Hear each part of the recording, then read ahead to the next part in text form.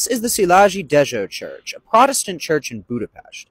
I want to tell you a little about the history of not necessarily this church, but about Protestantism as a whole in Hungary. If you look at a religious map of Europe, you'll notice that the furthest Protestantism stretches to the southeast is actually in Hungary.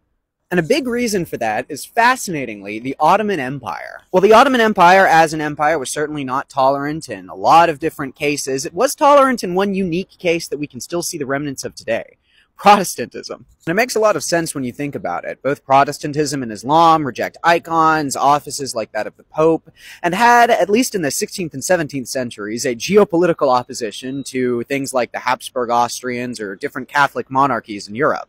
Martin Luther even wrote that the Turks could be valuable allies against the papacy, and wrote that the Ottoman invasion was the rod of God's wrath against European sins, as well as a smart Turk is a better ruler than a dumb Christian.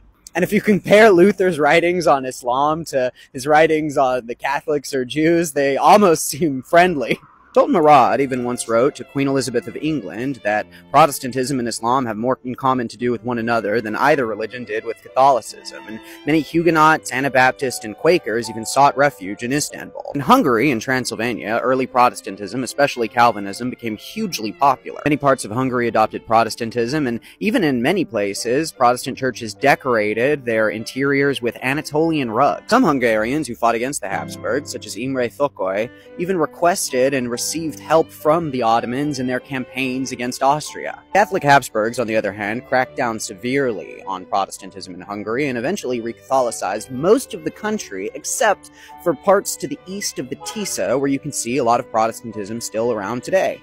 So, 400 years ago, Protestantism and Islam made really interesting bedfellows that I bet most people don't really know about, and one of those beds was Hungary.